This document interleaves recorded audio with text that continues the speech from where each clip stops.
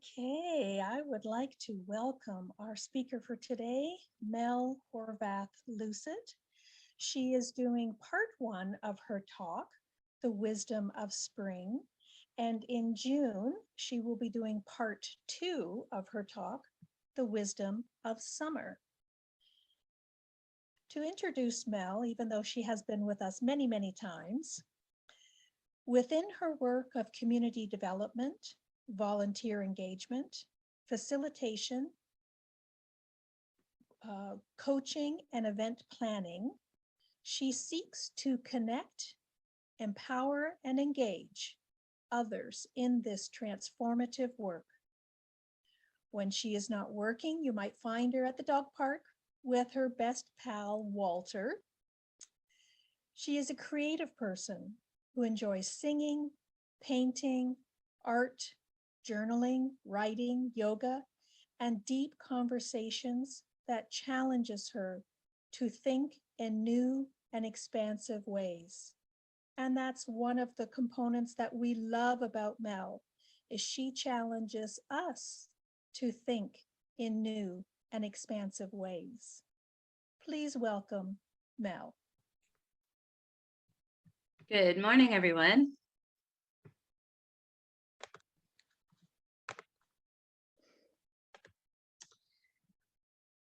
Alrighty, so this is part one of 4 parts. And when Cheryl and I talked about imagining for this year, what I might contribute as a speaker, for me, it was drawing back and reconnecting or reminding us of how our faith is so interwoven with nature, how the two are intrinsically linked, and how important it is for us to not miss the wisdom of the seasons, the wisdom of the elements, the wisdom of nature within our spirituality. And so we're coming up to the shifting from winter to spring. And so we're going to start with exploring just a little micro dose of the wisdom of spring, with the hope that you'll take this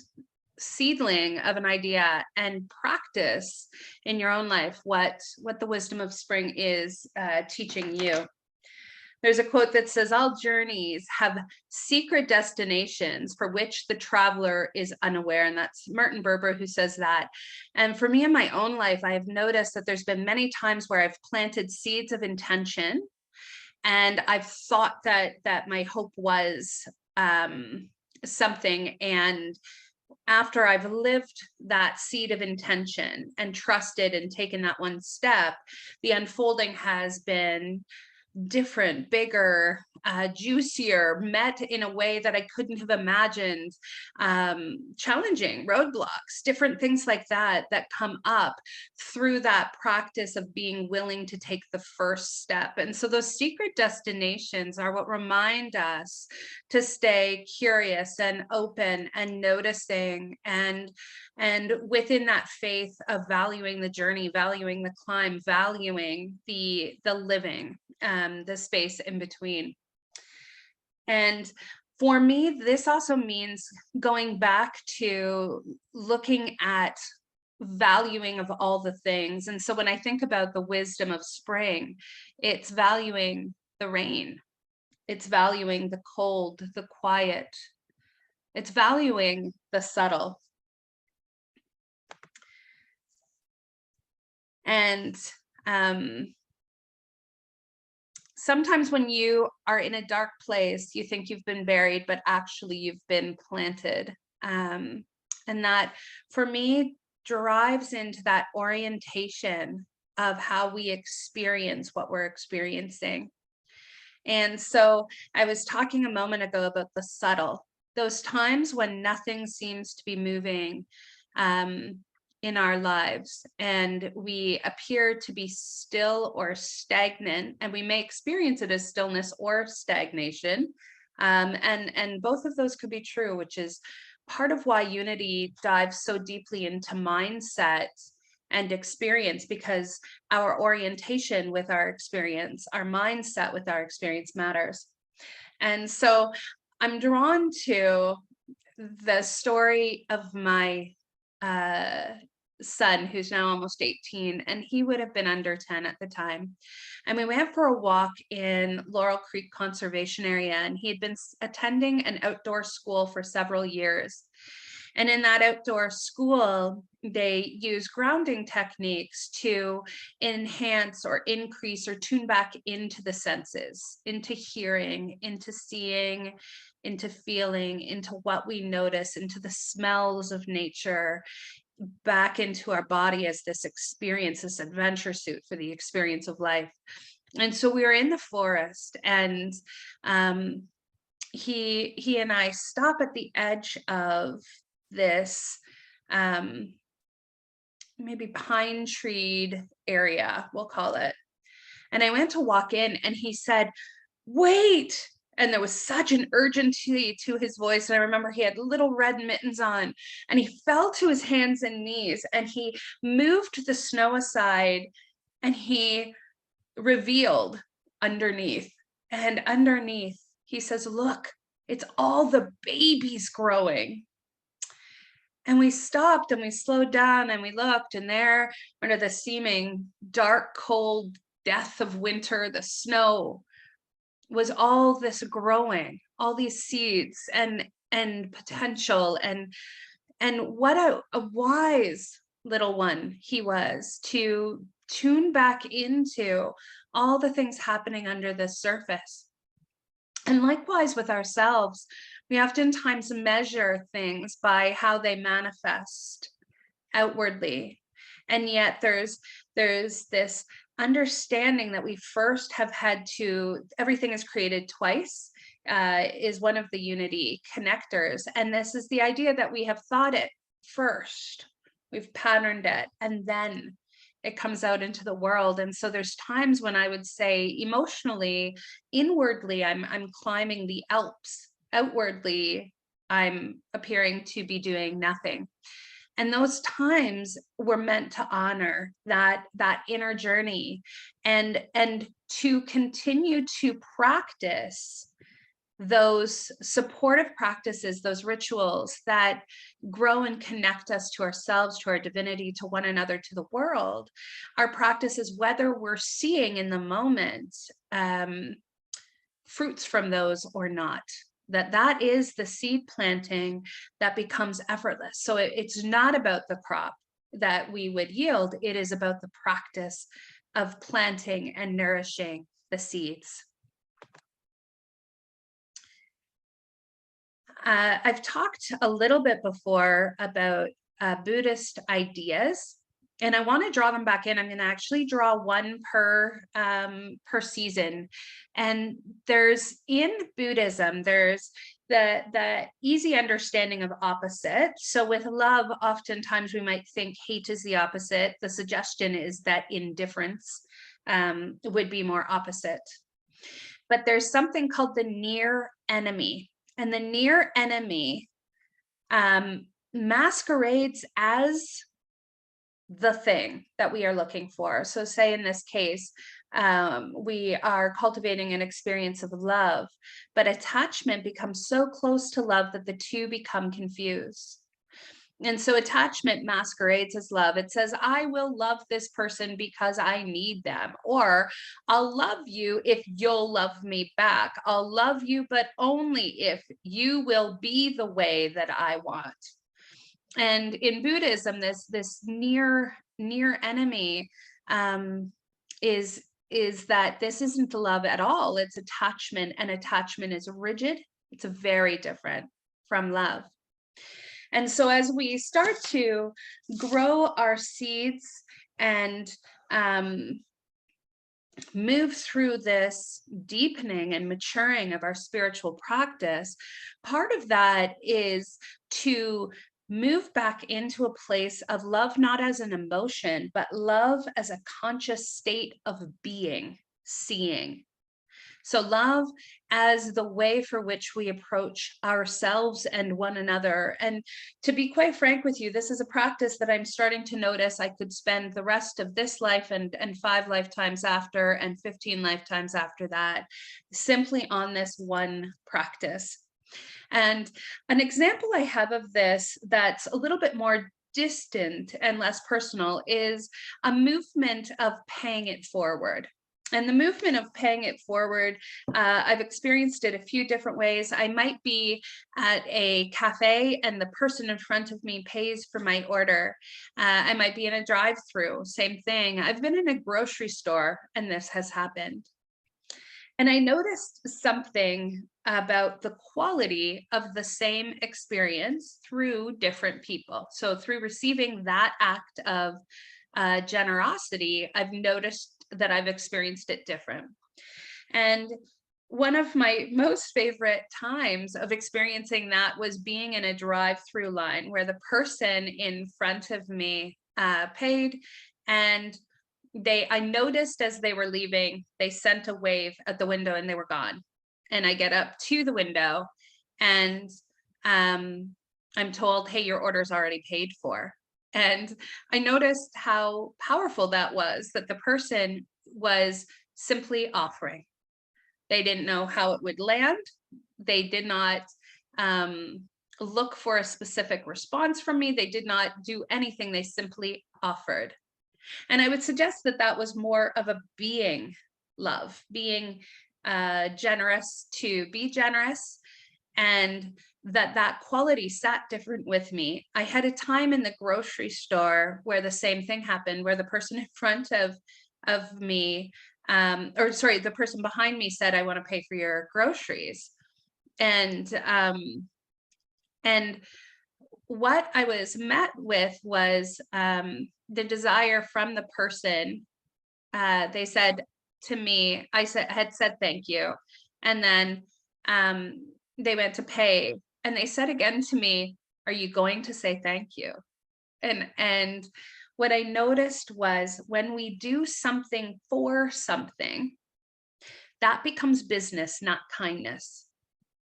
And when we do something to get or elicit a response back from somebody else, we are now attached to the response that somebody's giving, not the way of being and seeing that has us walking in our own shoes, navigating from a place of power and self. It has an attachment to an external source.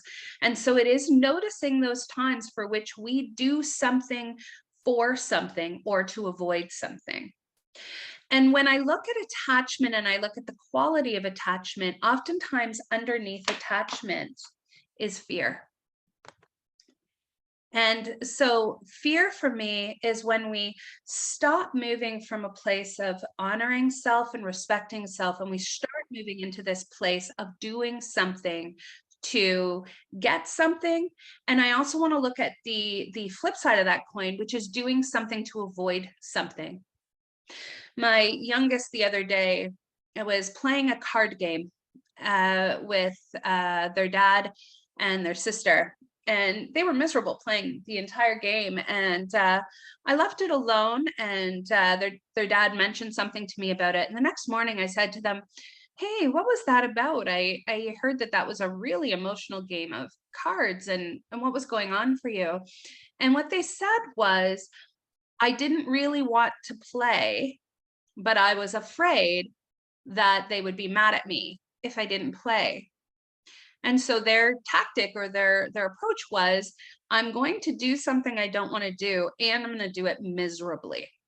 And so we were able to workshop through that and talk about, why our yeses, I talked about consent the last time I was here, why our yeses are so important and our nos are so important, so that we actually are acting from this place of love as a conscious way of being and doing and acting, rather than this deceptive sort of near enemy, which is oftentimes animated fear of loss, fear of hurting somebody, fear of rejection, fear of abandonment, fear of not being good enough, fear. So when I think about us as seeds, and there's darkness around us right now, and we're not sure if we're growing or dying or what is just going on right now, I want to invite in this idea of self-love. And I really valued this definition. Self-love means placing a high value on the well-being and happiness of oneself. Self-love means taking care of yourself and not sacrificing your well-being for the sake of others. And when I sit with this idea of self-love, I know that for me growing up, I was taught that self-love, as described here, was selfish, and that my sense of self would come from service to others. And what I'm noticing is that the best service I have to others is to practice the state of conscious being love, and that is where the flow and abundance comes from, because it isn't about a specific act, and it isn't motivated from fear or attachment, where the measurement of love becomes how somebody responds to it, receives it, or holds it. It becomes my inner state. And so I narrowed it down to 3 different ideas of self-love. The first one is adopting a mindset of slowly and gently. In a world of instant gratification, in a world of quantity over quality, in a world that is about exhaustion as a status symbol and what we do as a measure of our worth, bringing back in the idea of meditation and breath slowly and gently, and noticing the value of time, the value of space, the value of subtle, the value of reflection. And that we not only start to apply that inward, but as we apply that inward, we start to shine that outward.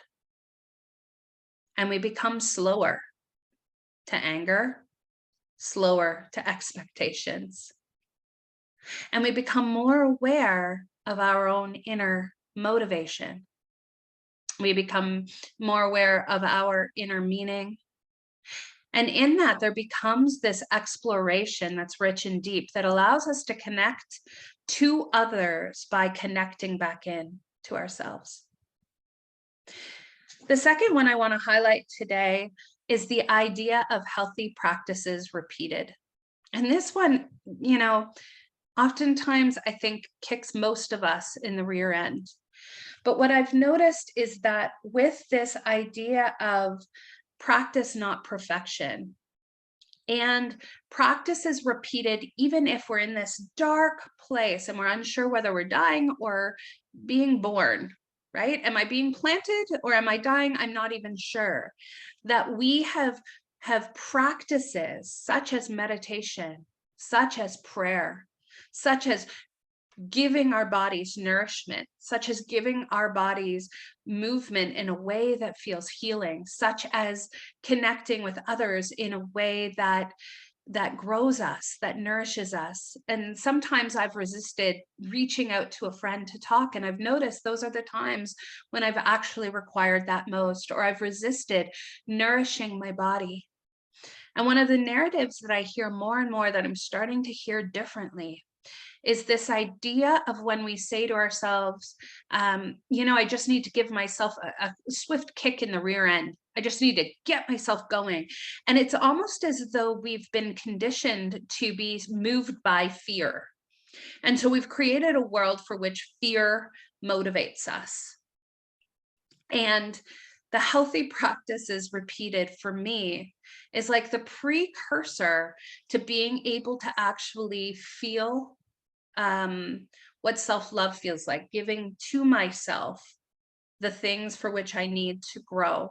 So at my healthiest point, those things that I know are healing and nourishing for me, that at the point when I'm most disoriented, that I can draw on those practices and practice them, whether I'm noticing something external from those practices or not. The other piece with prayer and meditation that I notice comes up for me is another Buddhist idea of the witness.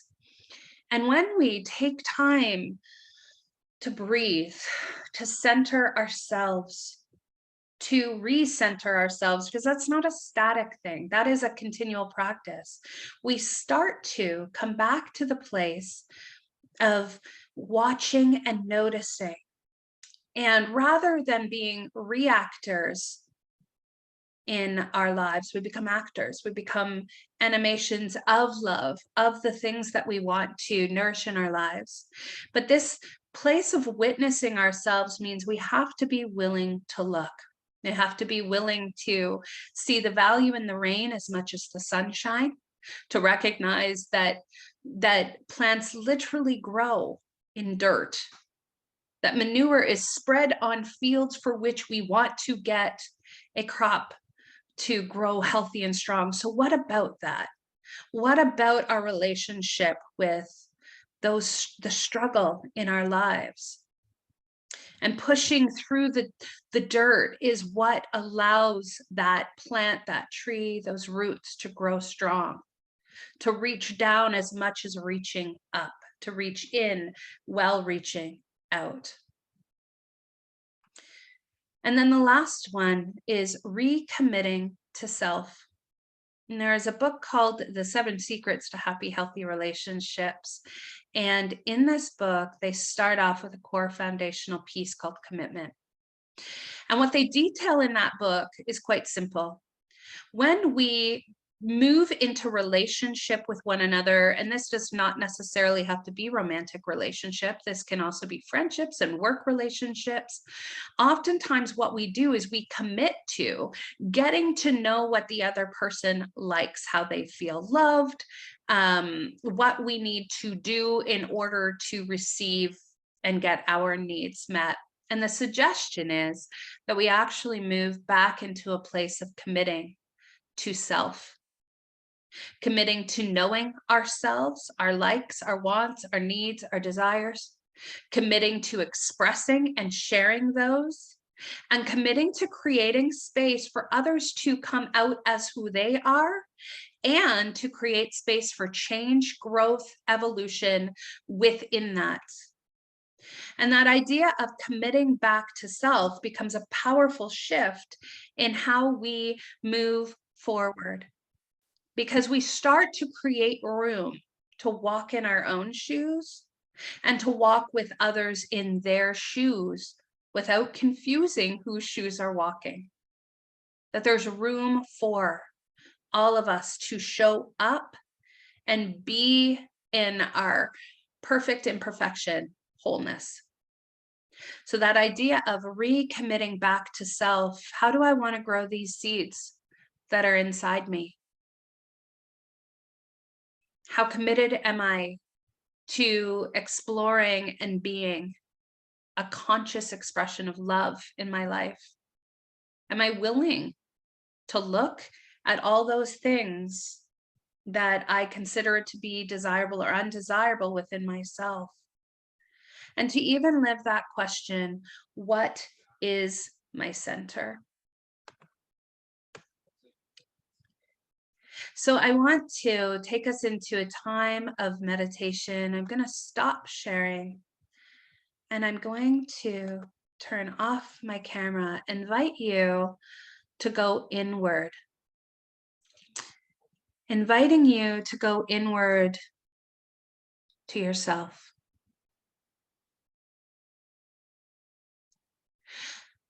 To open your ears to reaching outward. Not only listening to my voice, but listening to the sounds and the silence that exist around you and within you.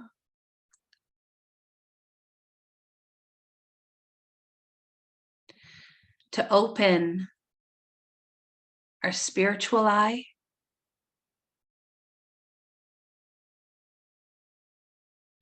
to remember our birthright, to tap into divinity that's within us, that's around us to see from eyes of possibility,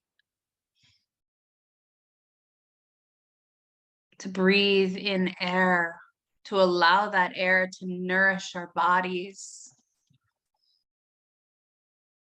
to feel the temperature around us, to imagine cultivating warmth within.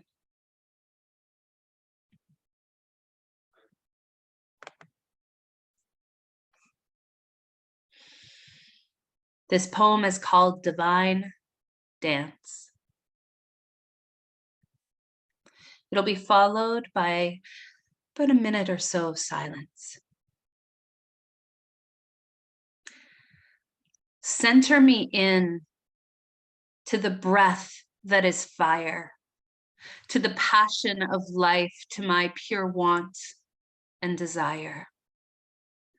Center me in to the dance of divine, to the quality of thine in me. Center me in to the waves on the water, to the change of life, and to the change of mind, of heart. Center me into the circle of love and the people who created it, and hearts open wide.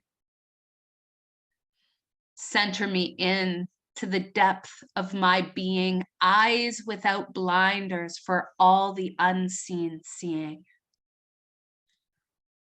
Center me in to the possibilities that exist, to the multiplicity that is me, to the many paths I walk. Center me in to the sound of my own heart beating, repeating, like a song my soul could sing by heart. Center me into the edge of existence, determined persistence, unquenchable desire to learn. Center me in to the place only I can go within myself, like a blooming center of a risky rose. Center me into the spiral of life, ever deeper, ever wiser, ever stronger, ever still, until all that is left is love.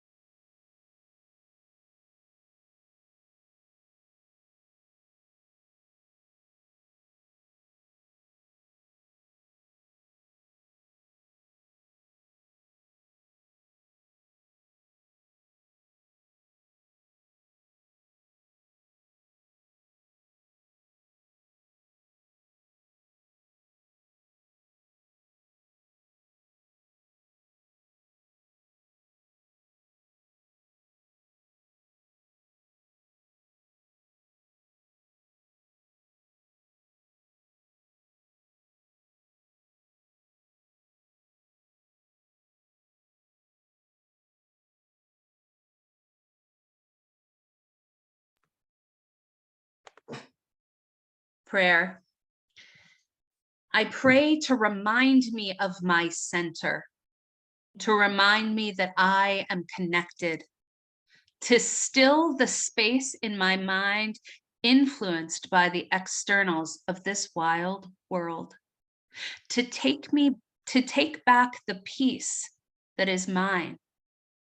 I pray to connect me to the place that reminds me of what matters, to the knowledge that this life is a gift.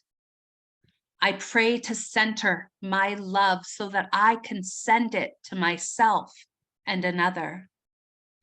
I pray to remind myself that I don't know everything, that the mystery is flowing just as it always has and just as it always will, whether or not I see it.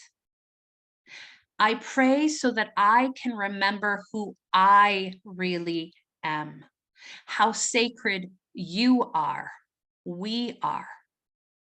This moment is life. Thank you.